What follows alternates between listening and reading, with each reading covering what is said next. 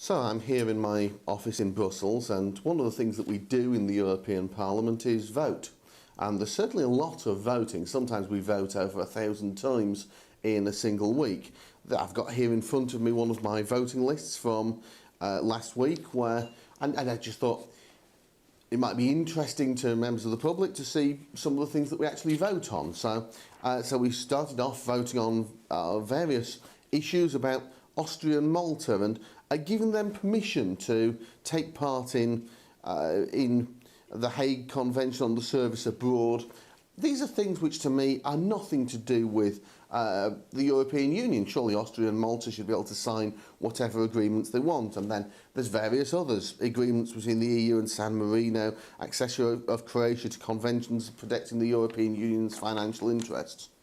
Then we move on, and the next thing here was one of the real biggies, because the EU res proposals, which is all about opening up jobs in one member state to other countries, and we had vote after vote, and my group, the EFDD, put in a number of amendments to this and it was the UKIP delegation that put in these amendments, and it was things to try to stop member states being forced to advertise jobs across the whole of the European Union. So basically what will happen now, because we lost that, is that the new legislation will force UK Job Centre Plus to post all publicly advertised jobs onto EU res. So that means that automated job matching with CVs and so on will make it a lot easier for more people to come to the UK.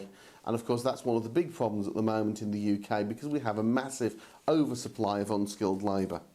Then we had various votes on trade with Tunisia, and as you can see, each page of the voting list has got one vote after another.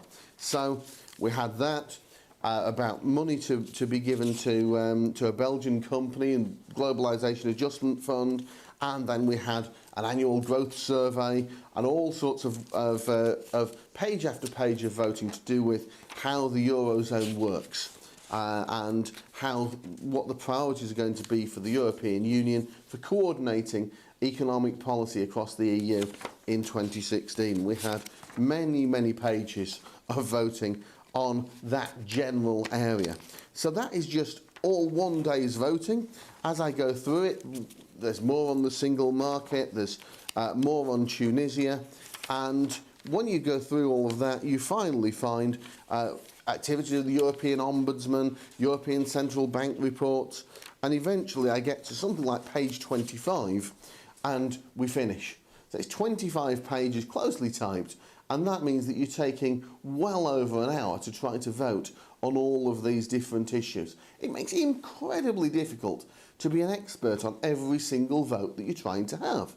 How can you possibly be an expert on all of those things?